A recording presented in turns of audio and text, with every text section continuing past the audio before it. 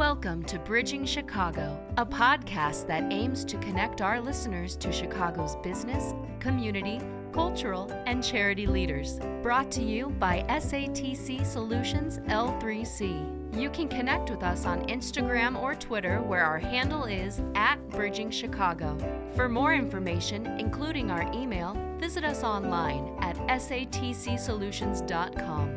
Be sure to rate and subscribe to Bridging Chicago on iTunes, Spotify, or wherever you listen to this podcast. Bridging Chicago. Thank you for joining us again for the second part of the Bridging Chicago podcast with Sarah Spunt of Lift Chicago. And Sarah is their recently promoted executive director leading the Chicago team of the Lift National organization. So we're really honored to have Sarah here with us again today. And again, if you didn't get to listen to part one, make sure you do that, because she shared some great insight and some great action items for everyone to consider in that. So be sure you listen to part one. But Sarah, thank you for joining us again. And I want to kick this part of the episode off with talking about the Lift families a little bit. Can you share with us, for the families that you see come through the program, are they generally two, like a mom and a dad family? Are they two parent families, or are they just all over the board with guardianship? But can you tell us, do you typically see like mom and dad families there? We see a wide variety of families that we serve here in Chicago. Some of them are single moms, some are single dads. We have some two-parent households. We have same-sex couples. We have grandparents raising grandkids. We have foster parents. We have parents who are working on reunification through the DCFS system to have custody of their children back. So it is a wide variety of people that we serve. The majority of people who participate in our program are moms, particularly moms who identify Black, African American, but we serve all families in the city of Chicago and all parents in the city of Chicago. Just our office is based in the greater Brownsville neighborhood, and so majority of people who live in the communities that we serve identify Black, African. Okay. And let's talk a little bit about the women of these communities, because obviously we're ending Women's History Month here, and we've been able to connect with so many great women leaders and women listeners even throughout this time. And so I'd like for you to share a little bit about the ladies that you've seen come through the program, and especially if you can share with us about their tenacity and their fight for their families, and what it's like when you get to talk to a woman who is really just out there doing the work to fight for her family and to make sure that they're taken care of. Yeah. Well, like I said, 85% of the people that we serve are women, and they have big dreams for their families. And I think the best way to describe tenacity of the people that we serve is through a story about one of our parents. And I have permission to share this story, but there is a parent that we work with. Her name is Charisse, and she is runs a home-based childcare facility. So she is a foster parent, raising a 3-year-old foster son in the process of adoption, and is, in addition to running her site-based program, also working on her master's in education, so she can provide more high-quality childcare and education to the children who are in her home-based program. And she has the goal of opening up her own site-based daycare facility as well. As many childcare providers, she had to close her doors last March and April, which really was a cross point for her, because she was struggling economically to put food on the table and pay bills and continue to chase after her big picture goals. But as I mentioned in the part one of this episode around some of the emergency funds we gave out, Charisse was able to receive some of those emergency funds, and in addition to our family goal fund, was able to make sure that she maintained her payments for her house and car, and also was able to provide basic needs for her family when her income was limited. And right now, she's still not at full capacity with her daycare facility, so she relies on some of the funds from Lyft that we still give out to her on a quarterly basis to provide basic needs for her family as well. All while this was going on, she continued to pursue her master's degree and continued to provide the best type of childcare she could in her home when the state allowed for her to open back up again and provide childcare to frontline workers. And so it was hearing her story is powerful. Maybe next time we can have her on to talk to you, because I think she obviously shares her story way better than I do. But what is really important to Lyft is putting members' voices, bringing them to the table. And most recently, Charisse was able to testify at a city hearing on a guaranteed income pilot proposal that was presented a few weeks ago. And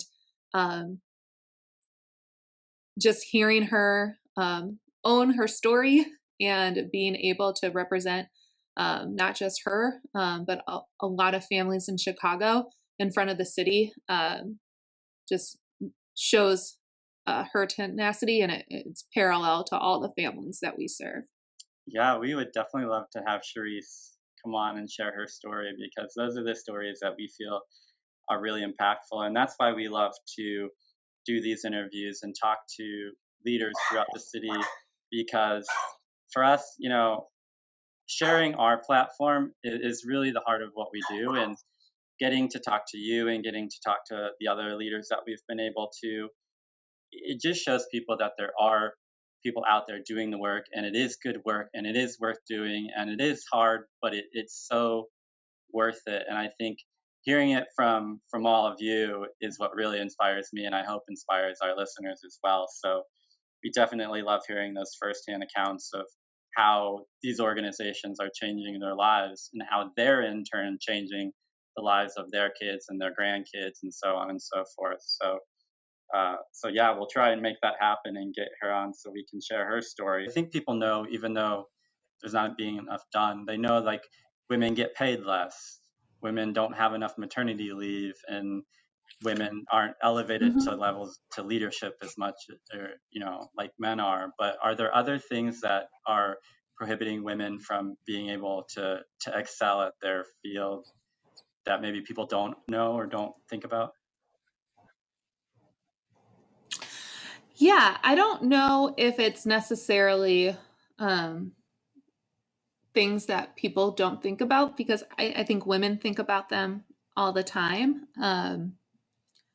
And I think it goes back to looking at the various responses that women get when they may not be passive or submissive in a workplace. I actually recently got into a little LinkedIn debate. I didn't know those were a thing, but they are.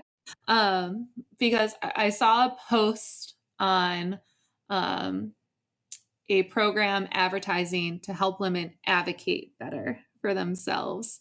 And the thing that is holding women back is their lack of self-advocacy. And I said, I actually don't think it's women not being able to advocate for themselves. I think women when they do advocate for themselves, they're told that they are either too assertive or too aggressive, when that is not something that is shared about males who advocate for themselves or put an idea forward. I think oftentimes for women, particularly women of color, are gaslighted quite often in the workplace, and it creates an inner dialogue within that woman that maybe she or they are the problem, when that is that is not the case. And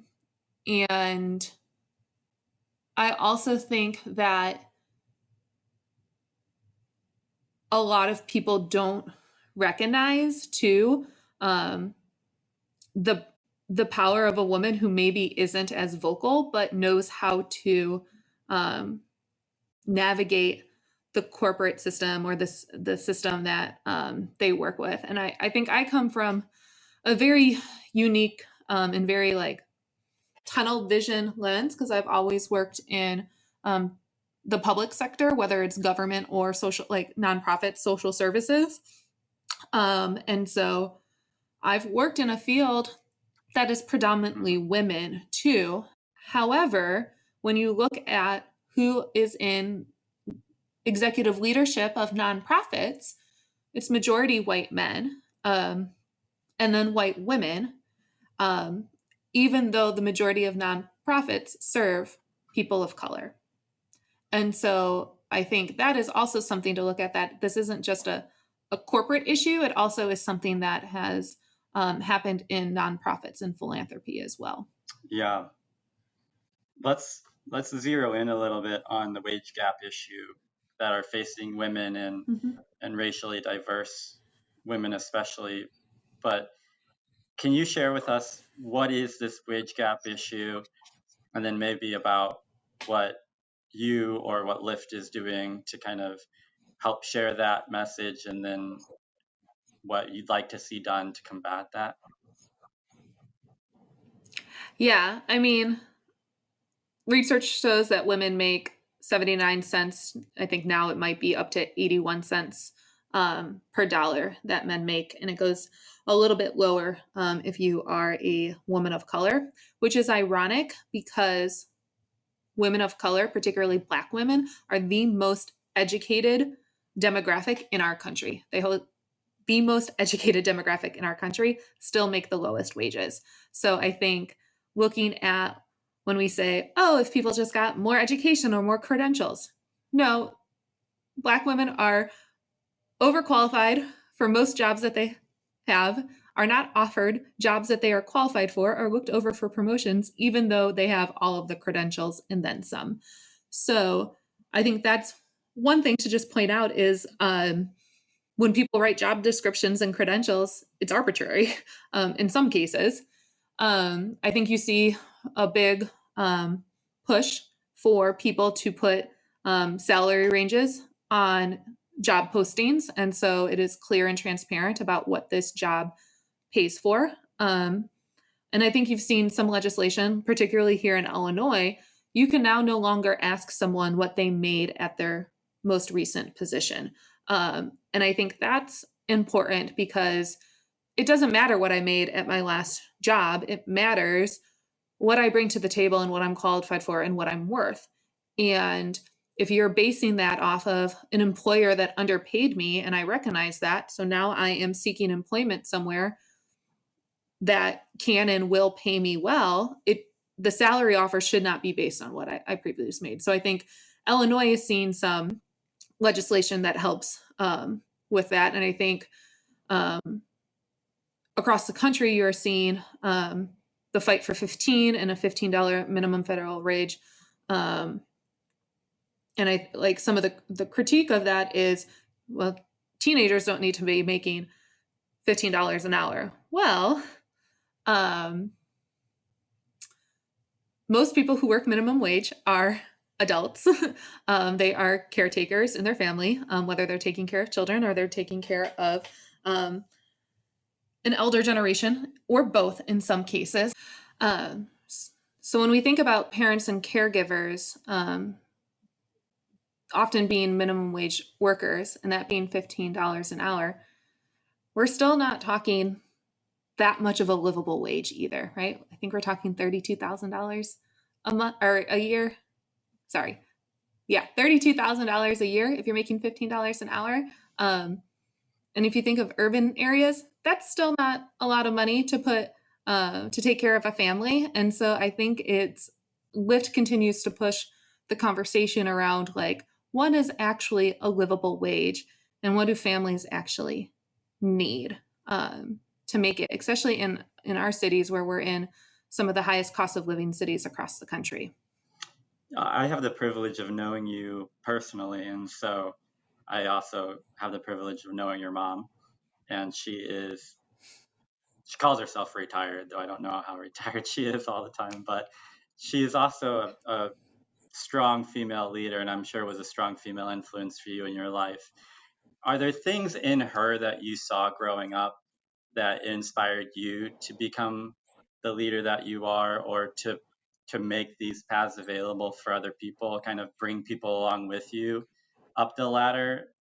Are there things that you recognized in her or that she taught you about how to do that? Yeah, there's a couple of times growing up that I distinctly remember, and obviously when I was a teenager or younger was not too thrilled with this, but I know when we had meals as a family, oftentimes her and my dad would talk about work, right? And I was like, oh, this is so boring. But they didn't hide some of the like struggles at work, and I just remember them talking about it and it being something that my mom valued. I was able to go on a lot of take your daughter to work days with my mom. I was able to meet um, the team of people that she led, and just hear and watch her interact with people. And so, were there distinct lessons where she was like, now, Sarah, learn this? No, but it was a lot of learning by example. And I think one of the most distinct moments I had was actually at her retirement party. Because, like you said, is she ever retired? But when she retired from the University of Illinois at Chicago, I remember talking to some of her nurse directors and them talking about how great of a leader she was. And obviously, the people listening don't know, but my mom was the former chief nursing officer at UIC. And they talked about how she would be a leader and a CNO that made sure that the night shift was taken care of, that she was a um, leader that if there was a big snowstorm coming, she was taking her sleeping bag to the office because she didn't know if there's going to be any hospital beds for her to spend the night in. So she needed a place to sleep because she's probably going to be at the hospital for a couple of days, because she wanted to make sure that her team, her nurse directors, her staff nurses were supported. And it was through things like that that I got to witness of what it's like to show up for the group of people that you are leading. And it's not necessarily about being the loudest voice in the room, or having all the answers, but it's being present to help problem solve and troubleshoot and know that you have your team's back, which are some of the lessons that I saw growing up through her. So. And can you identify a time that you've had so far where it felt like it was harder for you to get something done or to get your voice heard because, or you felt like it may have been because you were a female, whether it's in college or in your professional life? Is there a specific time where you can remember that being female really kind of made it harder for you? And then what was it like for you to say, I'm going to make my voice heard. I'm going to push through. I'm going to persevere. I don't care if you like it. You're going to have to listen. Has there been that time for you? Yeah, I don't know if I can specifically, like, it's hard for me to say like specifically because I was a woman that this happened, but it felt like that, which I think that's the important thing to take away from it. So in an organization that I was prior to Lyft, I had to present in front of a group of trustees, and it was a like 6 month into the project that I was leading, and I some of the questions that I was asked were kind of pointless and meaningless. Like weren't really to deal with the project. So I was like, I don't know why I'm asking these questions. They weren't personal or inappropriate. They just had nothing to do with the work.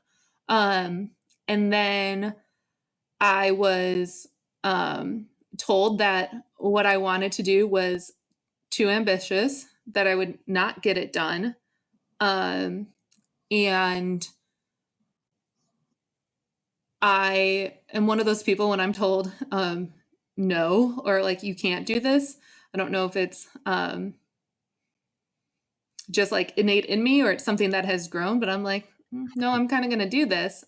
And for the next 6 months, I proved them wrong and was not only able to deliver a final project that was meeting the goals, but had exceeding the goals. And it was actually invited to present at a national conference based on the project and the findings that we saw. And instead of a congratulations, I got, how were you invited to this conference? And so not only did I completely crush the objective and made this group of trustees look really, really good. There was no congratulations or, wow, you did it. It was, how are you even asked to go speak at this conference now?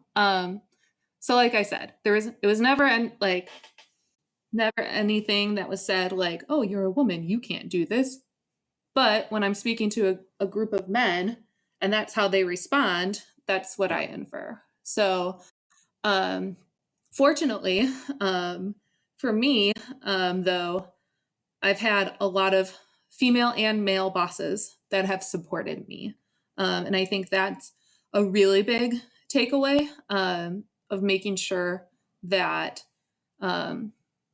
regardless of like who you're leading, you allow your team to be their true authentic self and use their strengths and the skill set that they bring to your team instead of trying to micromanage a process or tell them that like your way's right, their way's wrong. Because in order to be successful, like you have to rely on people's strengths and build cohesion with them, whether it's a team of 2 or a team of 100. You need people to build trust and rapport with each other. And thankfully, while I've worked in some interesting systems, I also had bosses that supported me and had my back too, even when some of those comments were made. Yeah, and for those who are maybe dads of daughters or in leadership positions who are leading young females, either mentoring or maybe even teachers, are there things that your dad kind of exemplified for you in your life or that you've seen since that you can say, doing this really helped me feel like I can do anything and help me to really feel like I, don't have those restrictions and that I can be who I want to be and that I can lead any group? Are there things that you, either your dad did or maybe that you've learned since that you would like to pass on to those who are leading young females, like I said, either dads of daughters, teachers, or maybe those working in mentorship programs who are working with girls growing up? Yeah. I think one of the things that my dad did at a younger age was just encourage us to do whatever we wanted. And both my sister and I played a lot of sports growing up. Like you name it, we played it. And I remember a story from when I was in middle school, playing middle school basketball.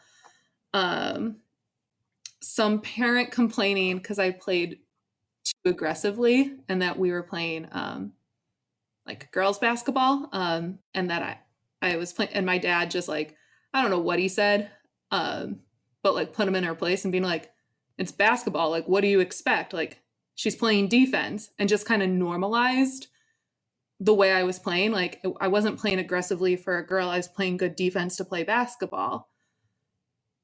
I also grew like before there were um like female only teams. I played co-ed basketball for a couple of years, and I played co-ed soccer for a couple of years, because I was in a like generation change where they went from co-ed sports to female only teams too. And so but I do remember that story for just like normalizing being like, she's not aggressive for a girl, or she's not playing too tough for a girl, she's playing good ball, right? Like, and just normalizing that you like being yourself, and like kind of disrupting the gender norms in that way, I think is a story that reminds me of just a, a dad supporting their daughter, of like who they are, and not trying to live into a particular gender stereotype.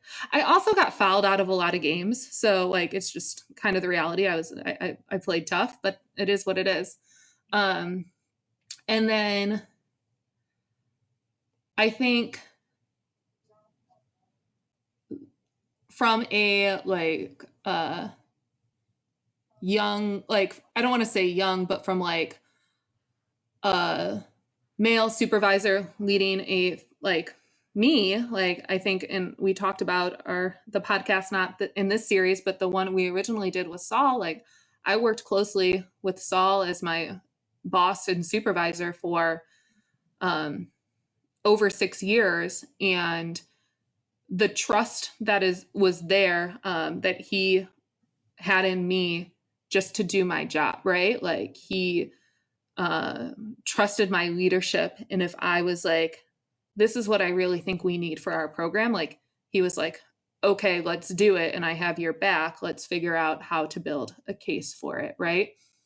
When I was transitioning to be more in an external role with Lyft, like he would sit down with me and coach me and make sure I felt prepared for any meeting that I had to go into. And sometimes like repetitively going over like pitch decks and talking points.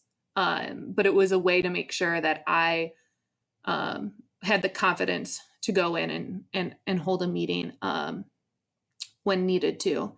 And then just like an example of leadership, just preparing for the next leader at Lyft Chicago for the office, right? Like when he transitioned out, without hesitation, he recommended me to national leadership in our local board. And I had the support of our local board because he allowed me to build relationships and trusted me to truly be our program leader, and allowed the board to see the skill set that I brought to the table. So